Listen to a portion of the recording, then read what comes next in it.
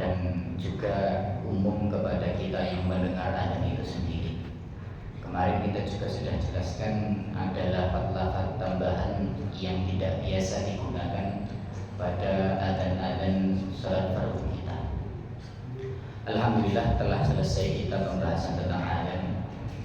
Hari ini kita akan melanjutkan pembahasan menarik kembali karena kajian yang diamanahkan kepada kami adalah kajian fikih tematik. Kiranya ada bapak-bapak ataupun ibu-ibu mendapati permasalahan kesehariannya belum menemukan jawabannya atau ingin memantapkan hati benar atau tidak. Kata Ustadz Fulan seperti ini, tapi kata Ustadz yang lain seperti ini. Mari kemudian kita bahas bersama-sama. Silahkan disampaikan. Insya Allah nanti kita akan carikan, kita akan kemudian kaji bersama-sama secara mendetail. Satu masalah, barang satu masalah kita kaji sedalam mungkin sehingga bisa menjadi ilmu, bukan hanya praduga saja.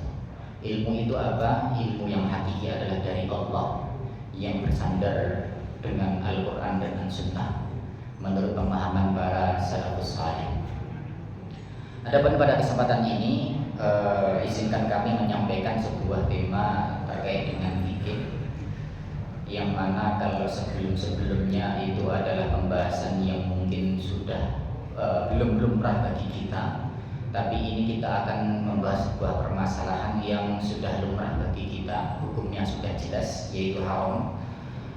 Barangkali kemudian menegaskan diri kita atau orang-orang terdekat kita atau orang kenalan kita, barangkali kemudian manakala mereka belum memahami permasalahan hal ini, yaitu permasalahan yang kiranya digaungkan oleh para takmir-takmir masjid, para tokoh-tokoh agama di desa kita tercinta, yaitu desa Cemani. Ya, menyambung lidah saja. Karena kalau hanya slogan-slogan saja tanpa ada sosialisasi, ada publikasi dan lain sebagainya, ditakutkannya adalah angin berlalu, kan seperti itu. Apakah itu manakala pemerintah melonggarkan yang namanya beberapa produk-produk ataupun beberapa rumah produksi untuk memproduksi sebuah makanan ataupun minuman yang sudah jelas-jelas disepakati kaum muslimin dan umat-umat sebelumnya, orang agama-agama yang lainnya, keharamannya khususnya adalah minuman, terlebih makanan juga nanti seperti itu. Apa slogan yang digaungkan oleh para takmir-takmir kemudian dipunggawani oleh versi nama yang sudah saya sampaikan ke desa-desa selain desa Cemani, ya, ketika saya diberikan amanah untuk mengisi kajian di beberapa masjid di luar Cemani, kita sampaikan desa kita ataupun ya daerah kita memiliki slogan yang bagus yang patut jadi acuan bagi desa-desa yang lainnya. Apakah itu ada tiga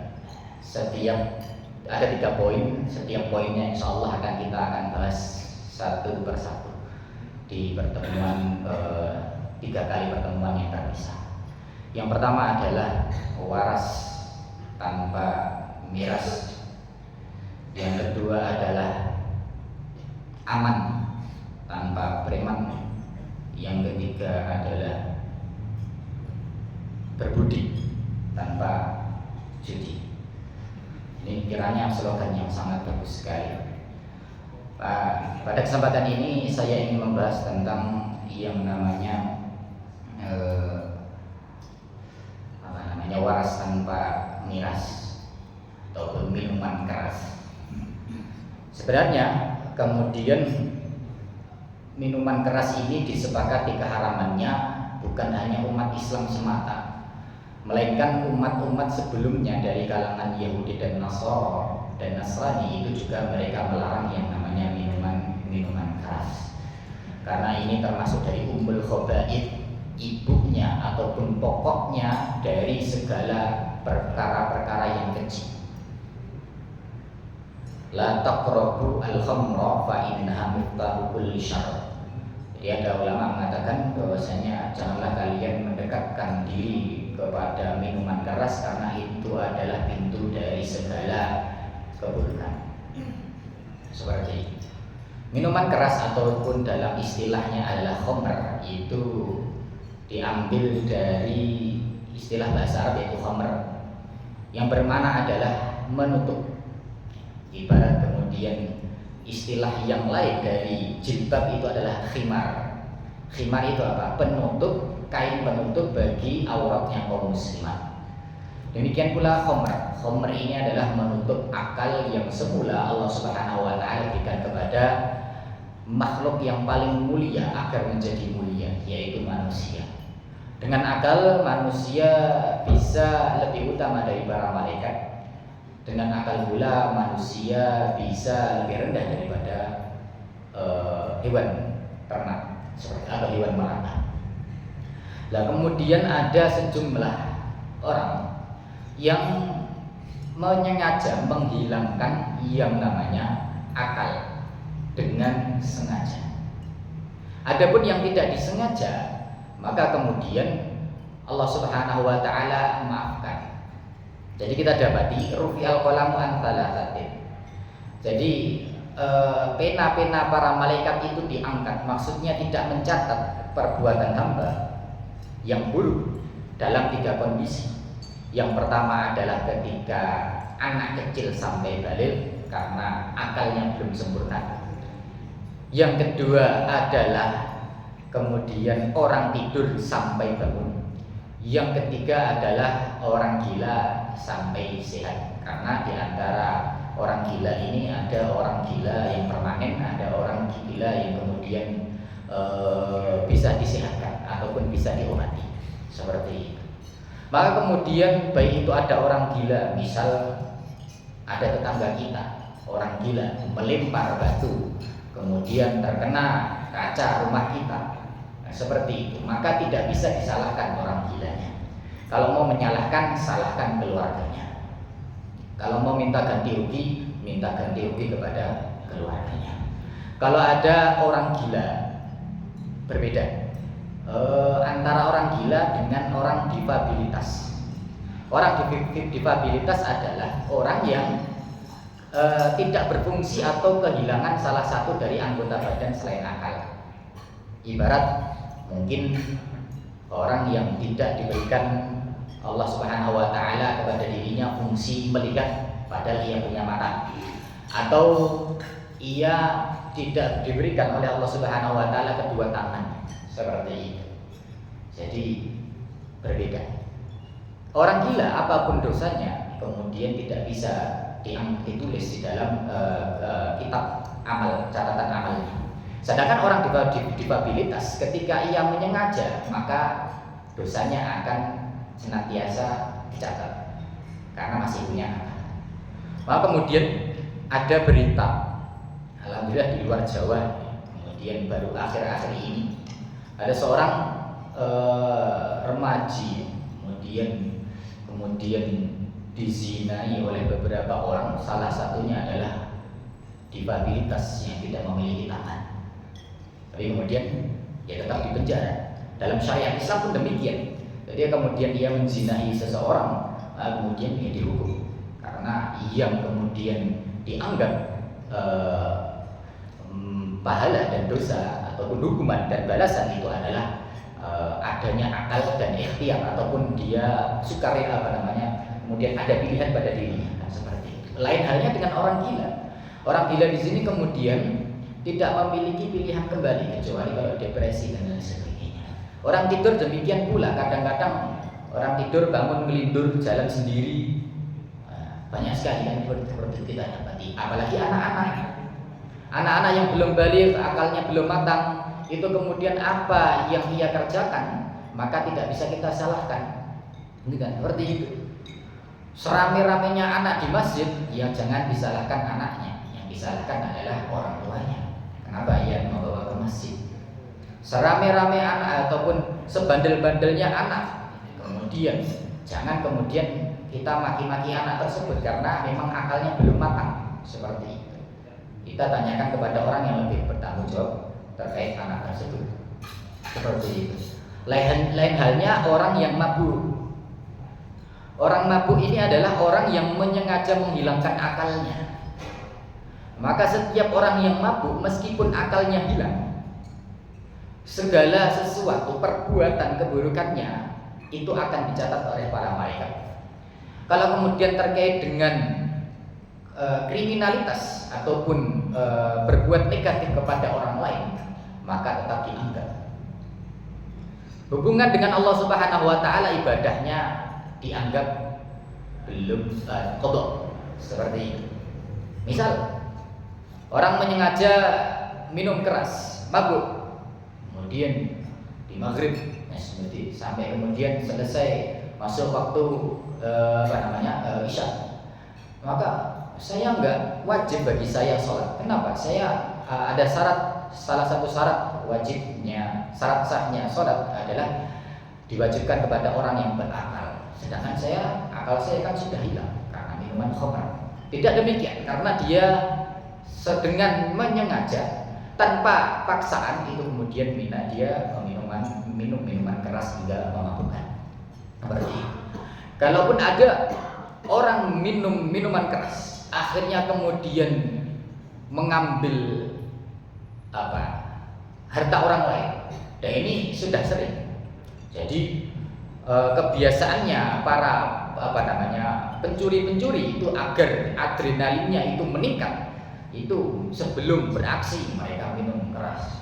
Ataupun nanti para ulama mengkiaskan minuman keras ataupun perkara yang memabukkan dengan obat-obatan, baik itu yang cair ataupun yang padat yang bisa memabukkan, baik itu narkoba, ganja dan lain sebagainya. Enggak seperti itu. Kalau ada orang yang mabuk kemudian menzinai seorang, maka tetap dianggap hukum Allah juga ditetapkan pada dirinya, hukum manusia juga ditetapkan bagi dirinya. Seperti itu. Kenapa demikian? Sama-sama kehilangan akal. Yang tiga kelompok yang pertama dengan yang satu yaitu minum. Tapi kemudian hukumnya dibedakan. Karena apa? Karena Allah Subhanahu wa taala telah berikan kepada dirinya akal yang sangat tinggi, yang sangat terhormat, tidak diberikan kepada makhluk-makhluk yang lainnya. Tapi kok kemudian ia sengaja secara menyengaja mengambil akal tersebut, baik itu secara permanen ataupun secara beberapa waktu saja. Nah, seperti itu. Nah, itu. Makanya dalam hal ini konsisten semua agama, khususnya adalah agama Samawi, sepakat bahwasanya adalah minuman keras adalah hukumnya haram. Dikiaskan kepada minuman keras adalah segala sesuatu yang memabukkan, karena minuman keras adalah konotasinya adalah memabukkan. Maka segala sesuatu yang menghilangkan akal dan memabukkan itu adalah dilarang oleh syariat. Ditegaskan oleh sabda Nabi Muhammad SAW, diriwayatkan oleh Ibnu Umar radhiyallahu anhu, dari sahabat Ibnu Umar radhiyallahu anhu, oleh hadis riwayat Muslim, kullu muskirin khamr, setiap yang memabukkan adalah khamr ataupun minuman keras. Wa kullu khamrin haramun, dan setiap khamr adalah haram. Berarti maka dari hadis Nabi Muhammad SAW ini para ulama menyimpulkan baik itu hal-hal yang memabukkan bentuknya cair ataupun bentuknya padat sama saja. Seperti itu. Bentuknya cair atau bentuknya padat itu adalah sama saja. Seperti itu. Bentuknya cair, bentuknya apa? Contohnya apa saja? Ya, kalau bahasa modernnya adalah ya bir, wine, apalagi whisky dan lain sebagainya. Gitu kan.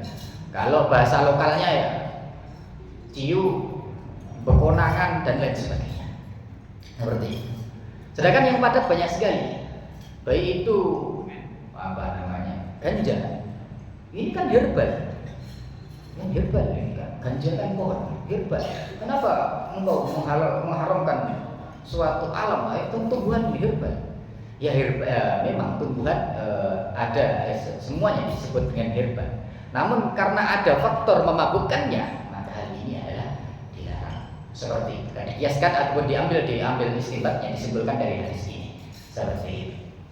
Dan diambil dari hadis ini. Sabu-sabu dan lain sebagainya juga hal-hal yang padat, benda-benda padat ataupun hirup dan sebagainya yang kemudian bisa memabukkan seperti itu.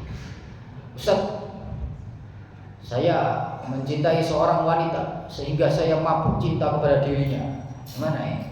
Haram, seperti itu. Kalau kemudian tidak disalurkan pada jalannya, seperti itu. Kalau engkau mencintai seorang hingga membuat dirimu mabuk, hendaknya kemudian ambil jalan yang kemudian dibolehkan, seperti itu. Namun menariknya,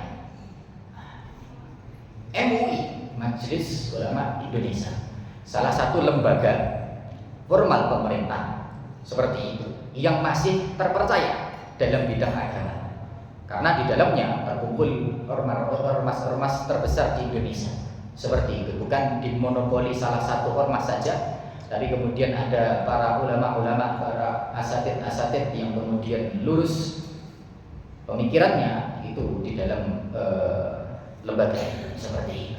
Lain dengan lembaga yang sebelah, seperti itu. Lembaga sebelah, meskipun kaitannya dengan agama, tapi kemudian banyak blundernya dengan seperti itu. Contohnya apa? Contohnya adalah berita yang sudah turun, tapi kita akan tegaskan lagi. Yang namanya minuman keras diberi nama An-Nabil, karena dalam istilah Islam, nanti kita akan sampaikan, nabid itu diperbolehkan, atau saripati dari buah itu diperbolehkan, seperti minuman keras mereknya nabid, agar apa? Ditutupi, ya, seperti itu. Ibarat daging babi, cap sapi dan lain sebagainya, seperti itu. Kayak cap bango halal atau tidak? Jadi nama dengan hakikatnya itu kemudian kemudian diprotes para kaum muslimin. Ini bagaimana mengaitkan yang hakikatnya adalah minuman keras, tapi kemudian dilabeli dengan nama-nama yang bagus, Nabi, seperti itu. Padahal isinya adalah anggur merah yang kemudian yang memabukkan, seperti itu. Kita kembali kepada Majelis Ulama Indonesia. Saya tidak ingat tahunnya, tapi Majelis Ulama Indonesia memfatwakan bahwasanya boleh menggunakan alkohol ataupun memakai barang produk baik itu yang cair ataupun padat, baik itu yang konsumtif ataupun pemakaian luar, baik itu yang kesehatan ataupun kosmetik yang ada kandungan alkoholnya, diperbolehkan. Karena dalam minuman keras itu ada dominan satu zat yang namanya alkohol. Tapi MUI memberikan syarat yang sangat ketat, dan syarat yang sangat ketat. Apa itu? Tidak lebih dari 0,5% dari bahan baku sebuah produk. Jadi misal kita dapati makanan ataupun minuman kok komposisinya ada alkohol sejumlah 10% saja, itu menurut fatwa MUI, ulama-ulama kita haram hukumnya. Seperti ini. Sebagai perbandingan, misalnya wine, vodka dan lain sebagainya, itu zat alkoholnya itu adalah 60 sampai 100%. Seperti 60 sampai 100%. Seperti itu untuk konsumtif.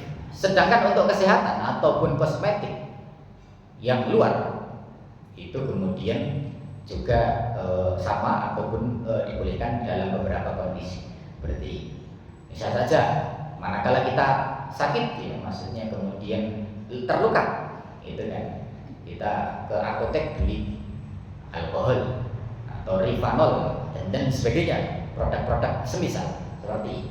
Silakan dilihat berapa persen nilai alkoholnya. Nah, seperti ini. Selama penggunaannya di luar, maka diperbolehkan. Termasuk kosmetik yang kemudian terkait dengan ada di dalamnya adalah alkoholnya seperti itu. Jadi dalam hal ini fatwa MUI ulama-ulama kita itu masih tegas dalam memberantas yang namanya minuman keras seperti itu. Kita lanjutkan. Ada satu fenomena bahwasannya tidak setiap makanan ataupun produk yang beralkohol itu memabukkan. Tidak semua alkohol itu kemudian diharamkan.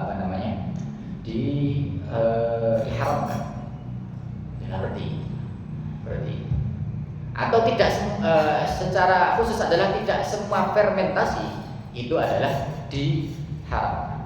Seperti karena yang namanya minuman keras itu muncul ataupun prosesnya adalah dari fermentasi dari fermentasi sebuah buah ataupun bahan-bahan yang lainnya. Semakin lama difermentasi itu akan semakin berkualitas nilai jualnya dan alkoholnya, kandungan alkoholnya semakin tinggi. Seperti itu.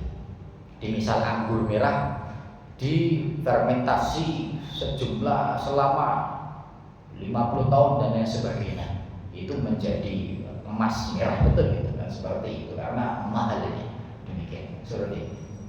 Tapi ternyata tidak semua fermentasi ataupun yang mengandung alkohol, baik itu makanan dan sebagainya, itu adalah diharamkan.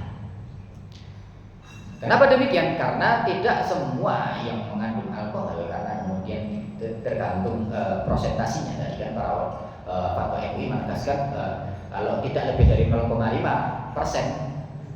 komposisinya maka tidak masalah. Seperti itu. Maka ini bisa kita ambil ataupun kita terapkan beberapa makanan keseharian kita yang mana prosesnya adalah fermentasi. Seperti itu. Apakah itu? Ya kita bisa kiaskan saja. Tapi seperti itu.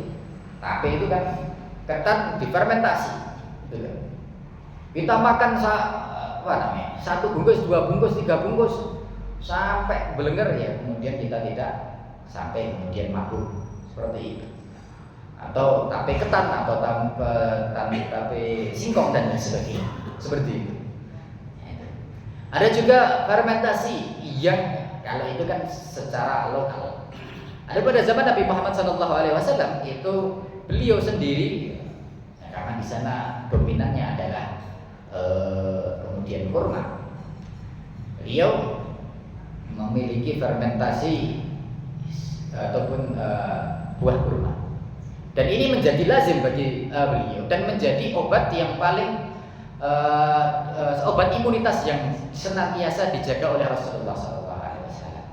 Apakah itu fermentasi daripada kurma?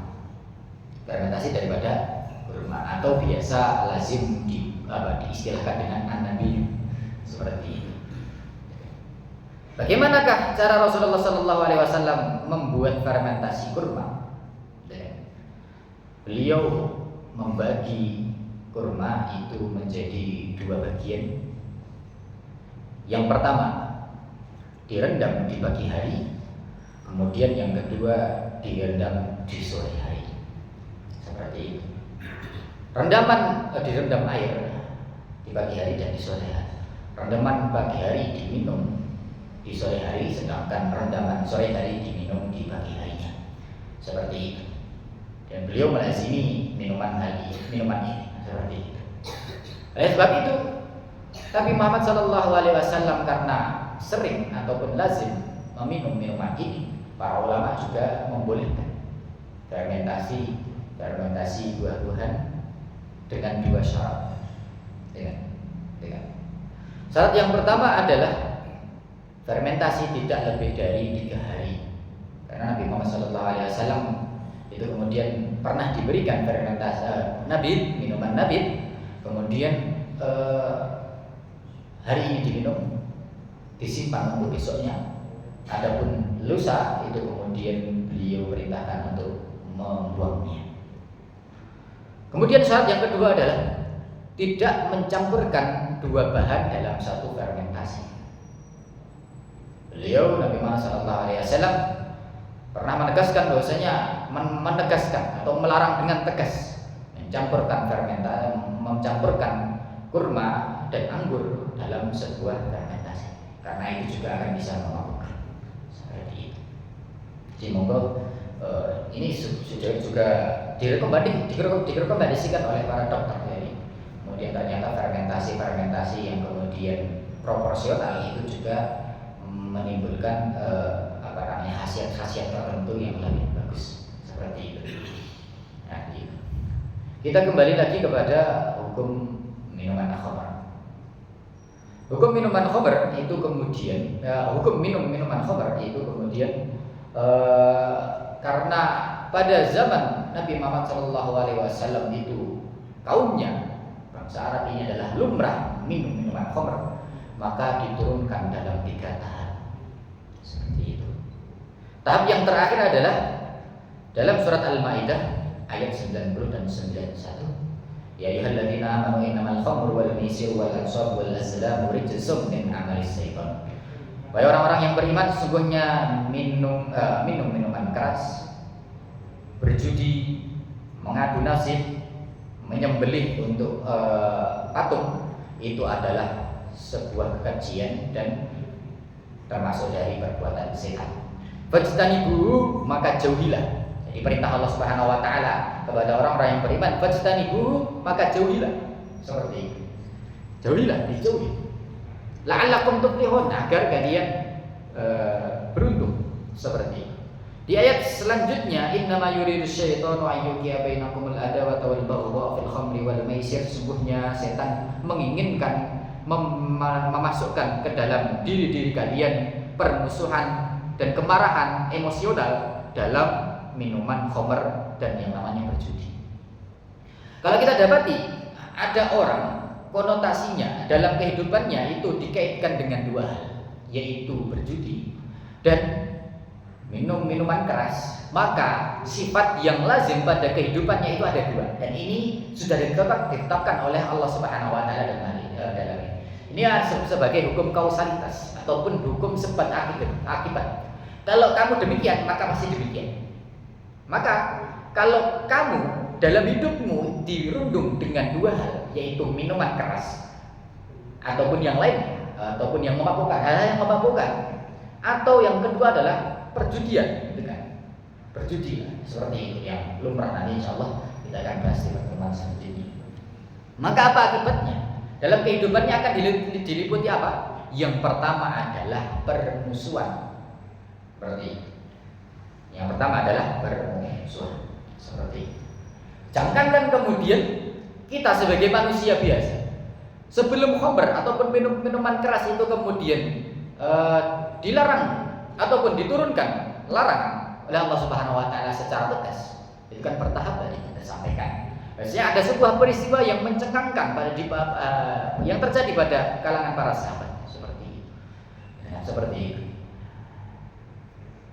Saya kira Abu Musa atau saya lupa sahabatnya. Salah seorang sahabat itu kemudian berjalan di sebuah rombongan orang, kemudian dipanggil lagi. Saya lupa sahabat Abu Musa. Kemudian ternyata dipanggil untuk makan yang namanya kambing guling. Ternyata rombongan tersebut sedang membakar kambing ataupun kambing guling seperti itu. Ternyata kemudian disuguhkan selain kambing guling itu adalah khamr pada zaman itu. Kemudian satu di antara yang lain kemudian berbicara ke sana kemari dan lain sebagainya. Kemudian akhirnya ada salah seorang di antara yang hadir itu mengambil rahang kambing, kemudian tanpa ada sebab dan akibat dipukulkanlah kepada sahabat yang lain. Seperti akhirnya kemudian terjadi pertengkaran, hampir satu dan yang lainnya saling membunuh. Akhirnya kemudian disampaikan kepada Rasulullah. Seperti itu. Sampaikan kepada Rasulullah. Jadi pada zaman sahabat itu banyak atau hampir-hampir terjadi permusuhan ataupun peperangan hanya gara-gara minuman khamr. Kemudian yang kedua adalah emosional. Jadi tidak ada kok kemudian orang yang alkoholik ataupun gemar yang namanya judi online ataupun judi offline, itu kemudian emosionalnya terjaga. Pasti kemudian disentuh sedikit, kalah sedikit, menyesal. Akhirnya kemudian dia ungkapkan emosinya kepada orang-orang yang ada di sekitarnya. Seperti itu. Kalau ada orang amar ma'ruf kepada pemabuk, ya ujung-ujungnya pasti kesimpulannya bisa ditebak. Apa itu?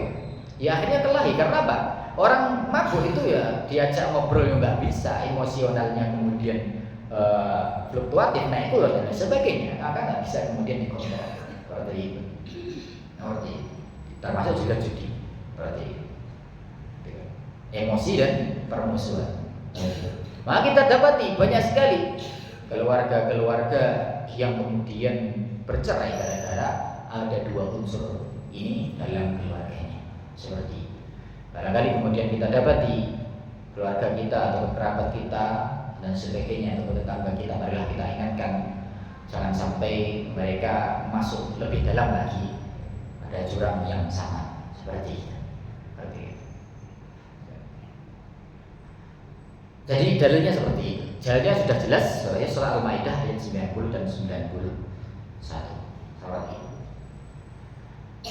Ustaz, bagaimana ketika saya direkomendasikan untuk oleh seorang tabib, seorang dokter untuk minum minuman keras ataupun makan makanan yang memabukkan dan sebagainya untuk pengobatan?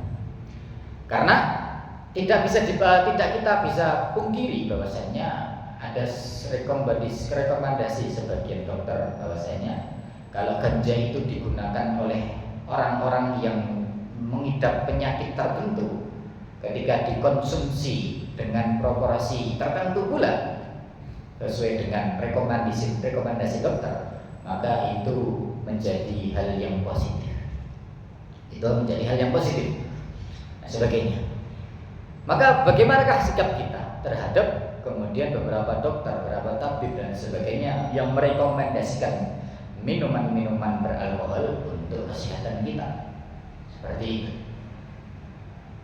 Hal ini ditegaskan oleh sebuah hadis, sebuah kisah juga. An Ummi Salamah radhiyallahu anha, dari Ummu Salamah, di istri Rasulullah sallallahu alaihi wasallam. Ummu Salamah ini adalah istri Rasulullah sallallahu alaihi wasallam yang memiliki anak bawaan dari suami sebelumnya. Ummu Salamah. Qalat ishtakat ibnatun li. Jadi ada anak perempuanku yang mengeluh sakit kepada diriku. Fa nabattu laha fi kuzin. Sehingga kemudian saya menfermentasi yang namanya kurma. Tapi kemudian yang menjadi minuman keras. Fadakhala alayya Rasulullah. Kemudian Rasulullah masuk ke rumah saya. Seperti itu. Wa huwa yaghli, karena melihat ada khamr atau minuman keras. Kemudian Rasulullah sallallahu alaihi wasallam naik kita. Faqala ma hadza ya Ummu Salamah. Apa ini maksudnya wahai Ummu Salamah? Kau masukkan minuman keras ke dalam rumah Rasulullah? Fadzakartu lahu anni udawi bihi nadi. Kemudian saya sampaikan bahwasannya minuman keras ini saya gunakan karena rekomendasi tabib untuk menyembuhkan keluhan dari anak perempuanku. Faqala Rasulullah, kemudian Rasulullah sallallahu alaihi wasallam bersabda, Inna Allah Ta'ala lam yaj'al shifaa ummati fima harrama alaiha. Sungguhnya Allah Subhanahu wa taala tidaklah menjadikan kesembuhan bagi umatku Nabi Muhammad sallallahu alaihi wasallam dalam perkara-perkara yang telah Allah Subhanahu wa taala haramkan. Jadi minuman keras haram, maka tidak ada kata obat minuman keras dan lain sebagainya untuk pengobatan seperti itu. Dan ini kita bisa kiaskan dalam hal-hal yang lain seperti itu. Yang kiranya kemudian kita pahami adalah barang-barang ataupun suatu hal itu adalah haram, kemudian dikatakan ini khasiatnya banyak, maka jangan percaya hal-hal yang ini. Kalau memang secara medis terbukti, maka kita bisa bandingkan. Seperti itu. Kita bisa pilih-pilih mana yang kita lebih dahulukan atau mana kita yang boleh kita prioritaskan. Pendapatnya ataupun perkataan para dokter ataupun perkataan Allah Subhanahu wa taala dan Rasulnya. Nah, ini seorang muslim mendahulukan firman Allah dan sabda Rasulullah sallallahu alaihi wasallam. Seperti ini, misal kemudian ada sebuah penyakit obatnya hanya satu, apa itu? Minum kencing sendiri. Ya, cari obat yang lain apa? Seperti itu. Kecuali kencing muntah, meskipun hal ini diperselisihkan para ulama. Seperti itu, bolehnya minum air kencing muntah untuk penyakit yang namanya kembung atau penyakit perut sebagainya. Berarti atau banyak hal yang lain. Kemudian obat-obatan yang bahan bakunya itu adalah hewan-hewan yang diharamkan oleh Allah Subhanahu wa taala. Seperti itu. Kata Sumanto, daging yang paling enak adalah daging manusia. Daging sapi kalah, tapi jangan kita coba-coba. Seperti itu. Menurut survei, daging yang paling enak adalah daging babi. Seperti itu. Nah, apa? Kemudian kita mau coba. Seperti itu. Menurut masyarakat kita, sate jabu yang paling mujarab untuk vitalitas, untuk kesehatan adalah sate jabu rica-rica. Ya, kita nyari rica-rica yang lain, rica-rica bebek atau rica-rica yang lain. Lihat, jangan nyari yang khasiat. Ya, mungkin ada khasiatnya. Tapi kemudian dalam hadis ini sharih, innallaha ta'ala lam yaj'al shifa'a ummati fima harrama 'alaiha. Sebenarnya Allah Subhanahu wa taala tidak pernah menjadikan kesembuhan dari penyakitnya umatku Nabi Muhammad sallallahu alaihi wasallam dalam perkara-perkara yang Allah Subhanahu wa taala telah haramkan kepada mereka, yaitu kaum muslim. Seperti dalam perkara-perkara yang Allah Subhanahu wa taala telah haramkan kepada kaum muslimin, yaitu orang pengikutnya Nabi Muhammad sallallahu alaihi wasallam. Seperti itu. Karena yang diharamkan itu lebih sedikit dibandingkan yang dihalalkan oleh Allah Subhanahu wa taala. Aslu fil asya al-ibahah. Maka kemudian para fuqaha menegaskan hukum asal dari segala sesuatu itu adalah boleh dan halal, illa ma harrama 'alaiha, kecuali yang diharamkan oleh Allah Subhanahu wa taala.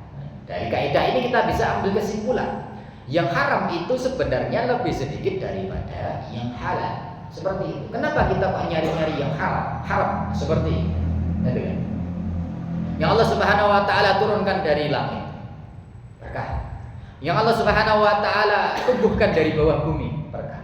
Yang Allah Subhanahu wa taala kemudian perjalankan di atas punggung bumi menjadi halal bagi manusia. Seperti sakharakum samawati wal ardh.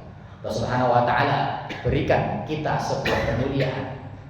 Langit dan bumi ditundukkan untuk kita dan hewan-hewan ditundukkan untuk kita. Seperti itu. Satu-satunya makhluk yang bisa berjalan di atas muka bumi, di atas di darat, di air, di udara. Siapa itu? Ya manusia. Seperti itu. Maka di sini kemudian marilah kemudian kita menjauhi hal-hal yang ini.